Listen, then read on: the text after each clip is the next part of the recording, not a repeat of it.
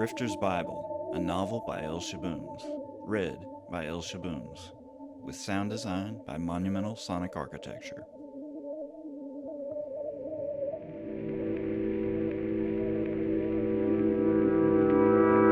Chapter 23, Üpsilon, Tset. How'd you get out so fast? Did you suck that cop's dick? Billy Goat violated all the church's protocols on volume and behavior in public. Seth waddled our way slowly in the gunpowder gloaming. His shadow looked fatter than before the cops had put him in the back of the cruiser.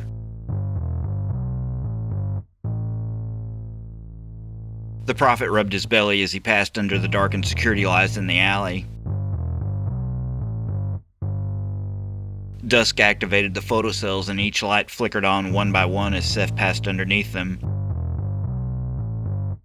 Green, green, cadaverous green.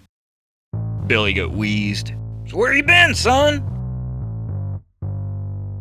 Seth sucked a hurt breath in between gritted teeth. He cradled his breadbasket in a pain-faced self-embrace. Seth put both hands to work, rubbing his belly in double circles.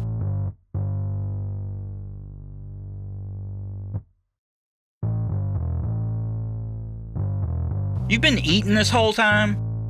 The rod up my ass flicked from worried to pissed.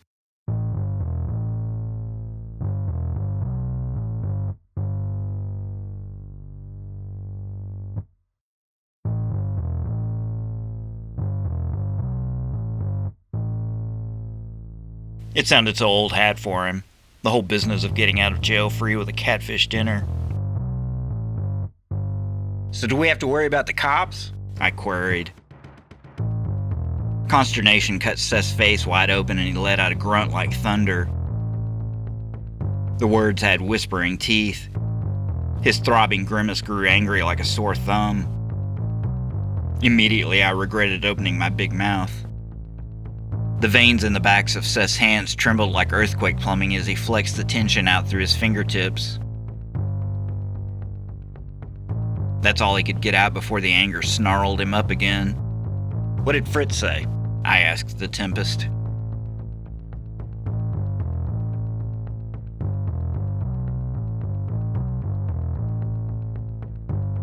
He shrugged. He sniffed.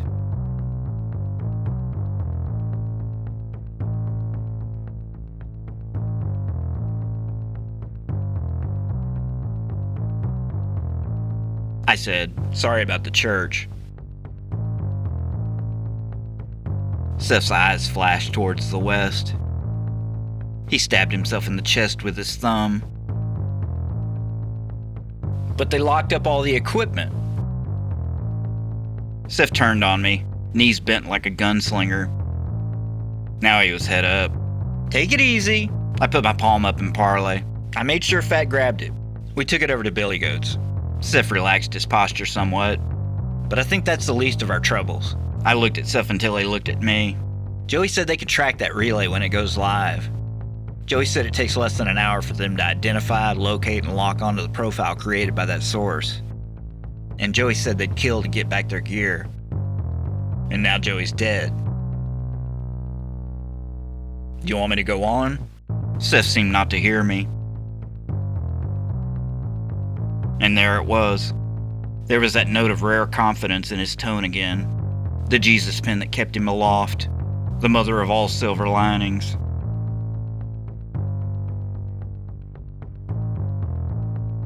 Darkness hung like a sack over the head of the city.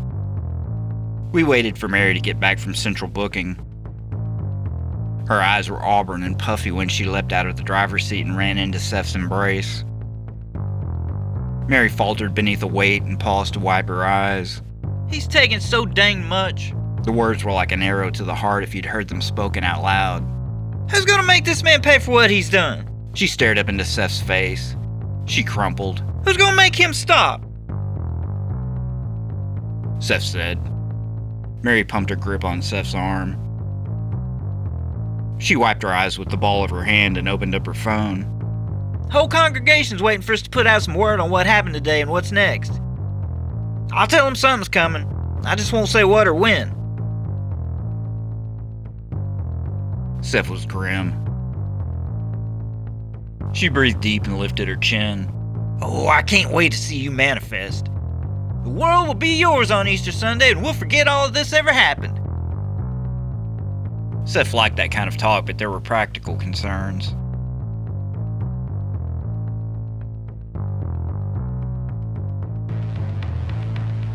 Mary looked at Seth and shook her head. Bad thing is, and I see this every year, most of the sound companies are booked solid through festival season by now. Easter through Labor Day. She chopped the air from left to right. What about the other gear? I put my hands on my hips.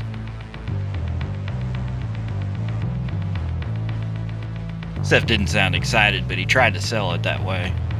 He rubbed Mary's shoulders to blot out the chill. Mary and Dwayne whispered something back and forth between them.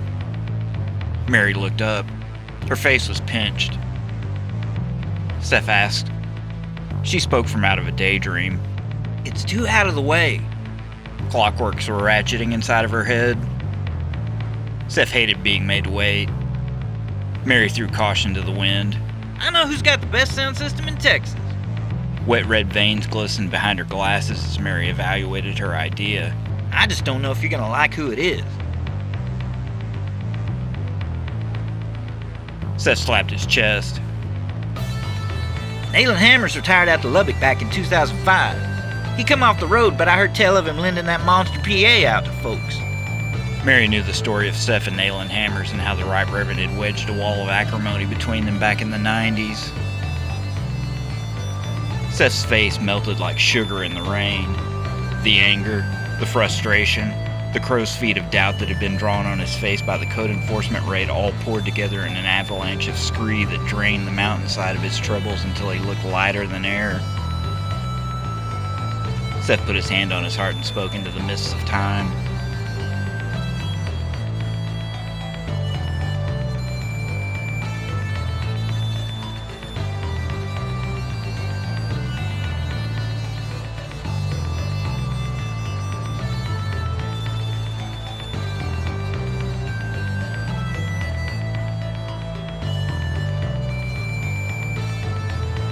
Mary fretted with her dress. I just don't want you to get your hopes up. You just don't know how folks get when they want to be left alone. I mean, you've seen my contacts. I keep up with everyone. But I hadn't had a working number for Brother Hammers in years.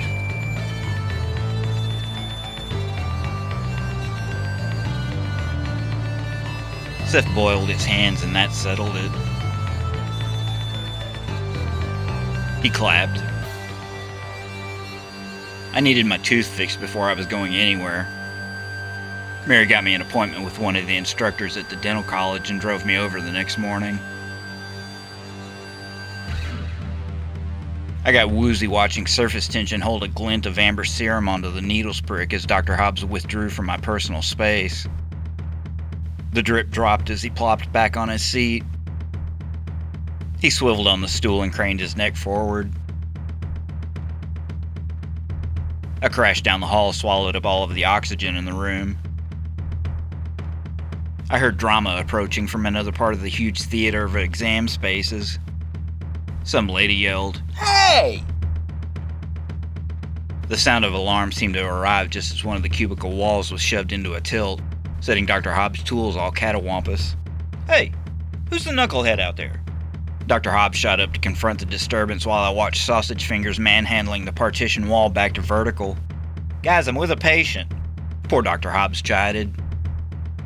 And for all of his righteousness, he got a roundhouse sock from a big baby's hand that came flying through the door. That set him reeling backwards into the station. The rest of little Randy Roberts followed his pink fist into the cubicle. First he located me, making sure he was in the right place. This is him, he grunted over his shoulder. Then the no-neck galoot glared back at Dr. Hobbs like he was looking at a pile of persistent dirty laundry.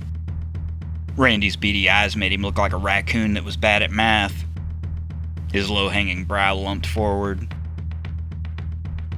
Dr. Hobbs tried to sort himself out of the crumpled heap he'd become, but his feet kept slipping on loose paperwork. He braced himself on the wall and panted as he tried to stand. He warned Randy, "You've got a lot of nerve." Randy just open palm slapped Dr. Hobbs into the twilight zone. The doctor's skull hit the wall. He sort of dribbled down the side like a load after that. That left me alone and prone with Randy. Then Asa Roberts entered the tiny space. I sucked in my breath so fast I swallowed copper spit. It went down the wrong pipe and I started dying. I gagged on an atom of my own slobber. "Handle this piece of shit." Asa pointed impatiently at me. Randy came on like a herd of buffalo in a doll's house. He knocked the overhead lamp off of its base and then ripped the plug out of an extension cord.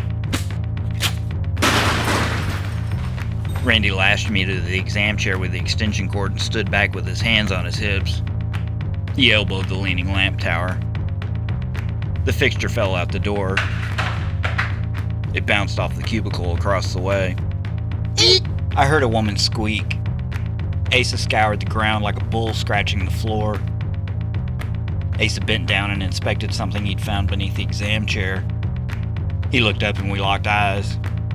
Then he stood up and jabbed a pick into the meat of my upper thigh, a tuft of pubic hair away from my left nut. Gah! I broke forward and roared like a baby elephant. I tried to sit up. The cord that held me to the chair shaved away the webbed skin of the crook in my arms. I felt like I was all gums and teeth and red-eyed tears. A headache rippled my temple in two. Asa put his right boot direct in the crotch of the dental chair, trying to stomp me in the balls. My stomach lurched when he pushed the chair. Asa kneaded the back of his hand and then leaned in. Suddenly he was looming over me. Suddenly my head was turned to the left by a force.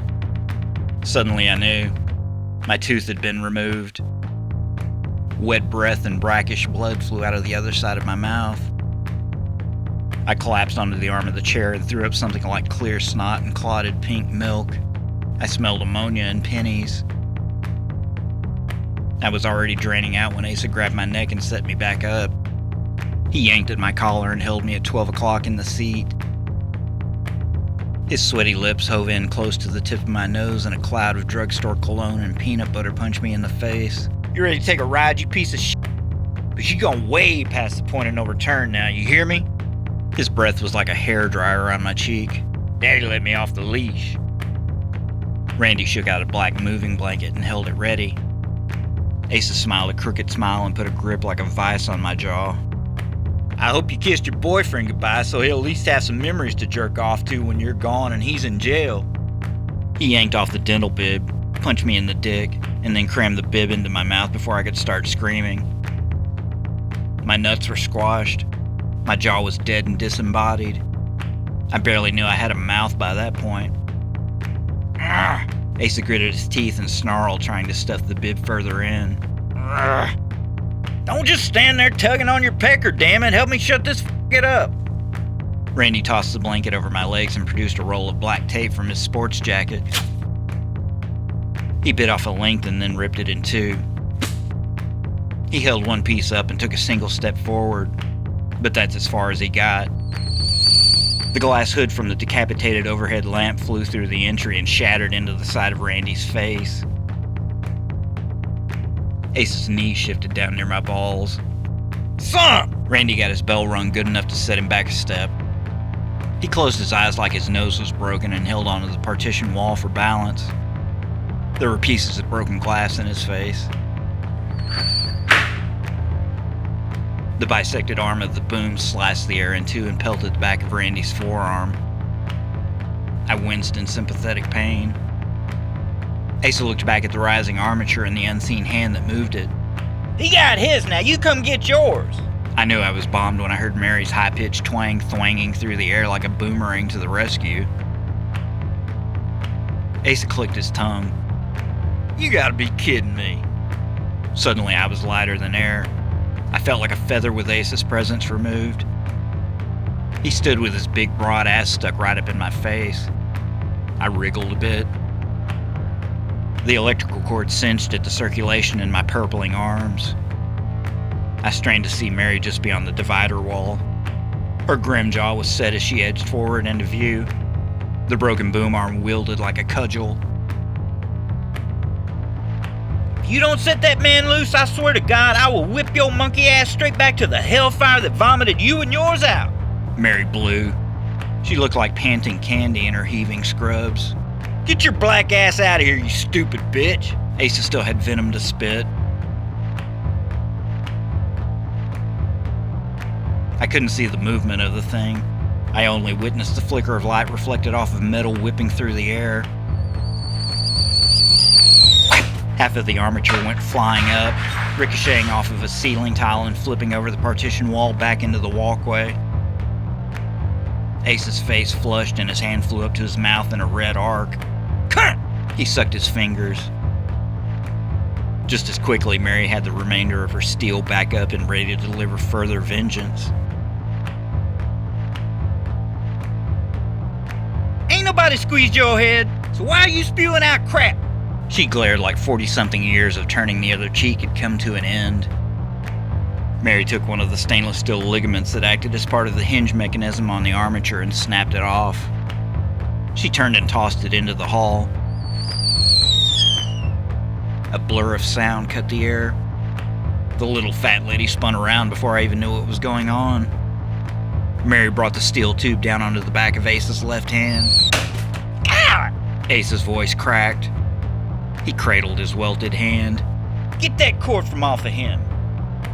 Mary whip-checked Asa on the shank. Asa took the hand that had the better fingers and slipped them between the cord and my arm. He yanked hard and let all of his weight pull him backwards.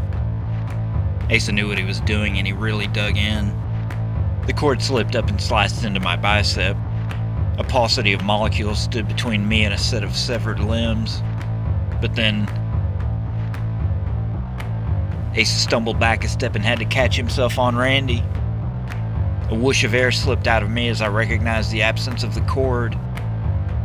Randy's knot was broken. "Get on back, you devil," Mary commanded. Asa kicked my feet on his way by. He sidled up to the wall between Randy and the pile of Dr. Hobbs. Mary took a couple of cautious side steps. She took a brief eyeful of me and then spoke out of the side of her mouth. "I'm sorry about my language just now." "Huh?" My tongue was swollen meat. I held my leg to staunch the bleeding. Mary thrust a paper towel at me with her free hand.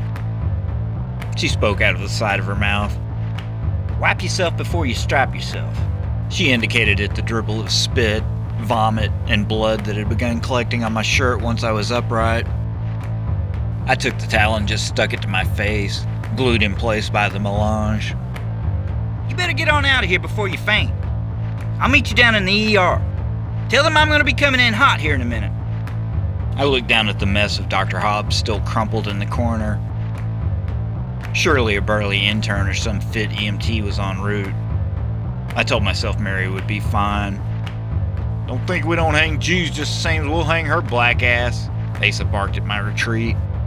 "Shut up," Mary hissed and then clicked her tongue slowly. "Boy, it takes all I got not to send you down the road talking to your own hat for all the hanging you done." That zipped Ace's lip. Mary snapped. "Now which one of you jackasses is going to give me Nail and Hammer's home address? And which one of you is going in the back of the police car here in a minute?" Mary glared. "I'm going to whoop tarnation out to both of you since your daddy sure never did.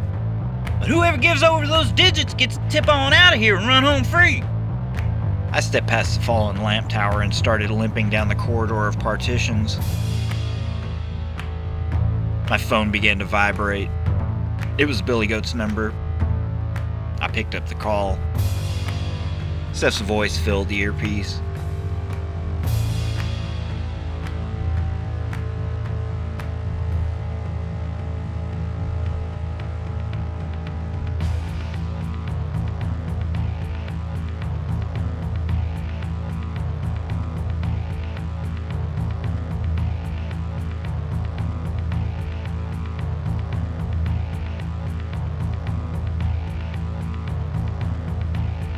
Oh God, the world bottomed out.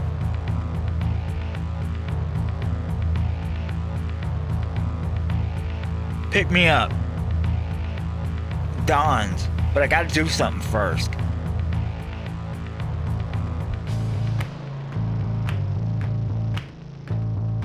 We hung up and I started hot-footing over towards my storage room. The whole building was weird from the moment I got there. The desk manager saw me entering, and when I nodded at her, she just stared.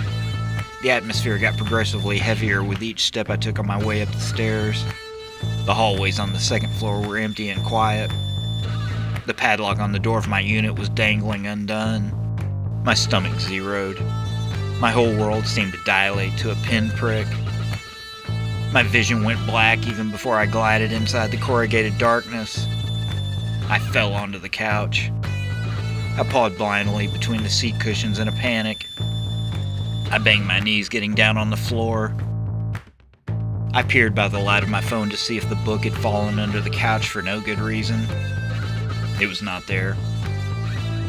I dragged the cushions out into the light until nothing was left to hide behind.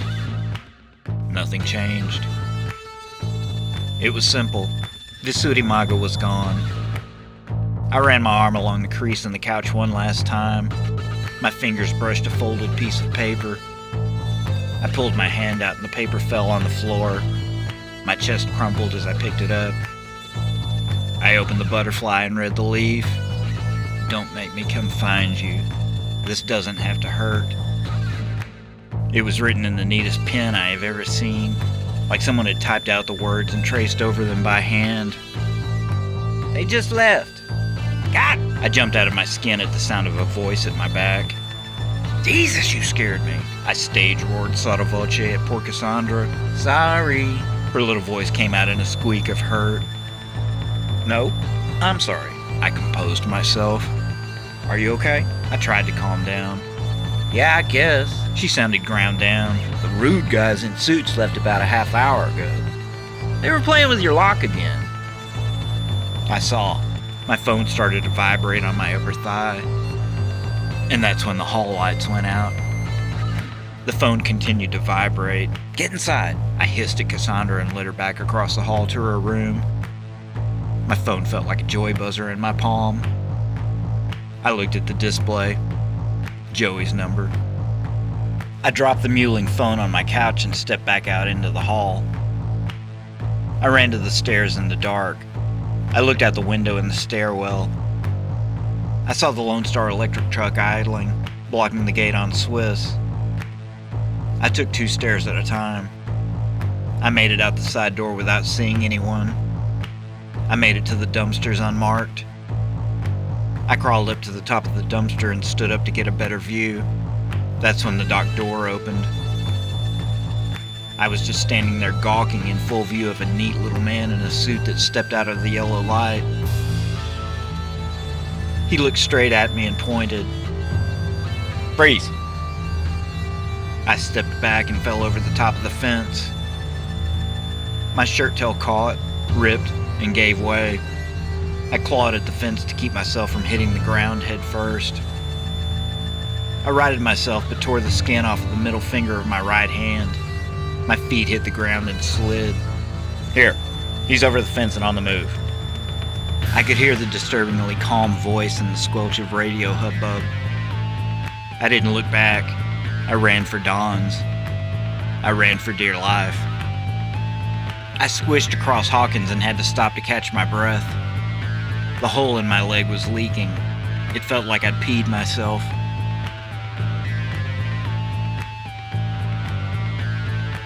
I could hear gates opening in the dark, the familiar rattling rollback at the storage yard. From that corner I could see a black Buick racing north on the service road to 75. The utility truck turned right onto Good Latimer off of Swiss. It wouldn't be long before they found me. I rallied back upright and limped over to the train tracks and held my breath. I felt naked as daylight passing through the bubble of illumination that surrounded the light rail platform. I crossed into the nearest, deepest shadows I could find in the desolation of deserted lots on the other side. I watched the truck parallel an arriving train. The truck turned left onto Gaston and had to wait for the train to pass. The stop bought me enough time to make it to the north side of Gaston. I nuzzled up as close as I could into the shadows of a pylon. The truck passed eastbound slowly. It turned on Texas and I crossed the street. That's when headlights pinned me. I heard air brakes wheezing and I froze in the spotlight. I was dead for sure when the truck mounted the curb and cut me off. Seth swatted his open palm on the passenger side door. I turned my head and realized it was the moving truck Billy Goat had rented. Seth let me scoot in between him and Evil on the bench seat. Billy Goat barreled his way back onto Gaston and pulled a U-turn right in front of the approaching traffic. I heard a lot of angry honking in the distance as we sped away. "There's a utility truck following me. They're around here somewhere," I gasped. "Not for long." Billy Goat resituated his ass on the bench and bent physics with the gas pedal. Time stood still for a moment as the box truck careened northbound on Good Latimer. Billy Goat was crazy. He was headed back towards the rail crossing. I caught sight of the electric truck at every cross street. It was paralleling us, going 50 northbound a block over on Cantegral. Billy Goat whooped at the challenge and gunned it for Woodall Rogers. The Buick tried to cut us off at Swiss, but Billy Goat was moving too fast to get blocked in. The driver tore past the rail crossing, headed for the service road, and laid it on thick. The utility truck outpaced us. I didn't see it at the cross streets anymore. We went through the lighted Live Oak, and I saw the utility truck's headlights zeroing in on us. The Buick was at the vanguard of traffic coming from the other way. Seth braced himself for impact. "I ain't no turd." Billy Goat was in the zone. He leaned over the wheel and floored it. It was like riding in a tank with a gremlin. "Stop the car," I intoned. I had no seatbelt, nothing to hold on to. If there was impact, I was going through the window. Seth countermanded. "Stop, you're gonna hit them," I shuddered. Evil burrowed her way between me and the seat back. Seth laughed like the damned. "Don't!" I put a foot on the dash and closed one eye tight. 30 feet to freedom and the electric truck and Buick were already in the intersection. But then a black shadow overtook the truck. Dust and feathers filled the cab. My eyes watered. I gagged on my own slobber. I looked out the front window and watched the huge flock of birds converge into a spearhead. They flew into the intersection just as the utility truck and the Buick had almost met. The birds strafed between the two vehicles, covering their front windows in white spot and dirty feathers. I saw the Buick swerve to miss the sidewalk. And then the utility truck clipped it, flipped the back end of the Buick out into the middle of the street, and then spun it out into a bank of parking meters. I could see the utility truck swallow a bollard and hop the concrete retaining barrier. It flew into a light pole and split the hood in two. Billy Goat's foot never once let up off of the gas. Seth shouted bloody murder and clapped. "Here we go!" We took the ramp at 60 miles per hour. I craned my neck to see out the side mirrors. A cloud of feathers and a wall of smoke lingered behind us. Nothing followed up the ramp. We entered the freeway pulling G's to the west. Riding with Billy Goat was like rattling around inside an old bomber on a strafing run. Everyone watched the mirrors. We didn't let up until Abilene.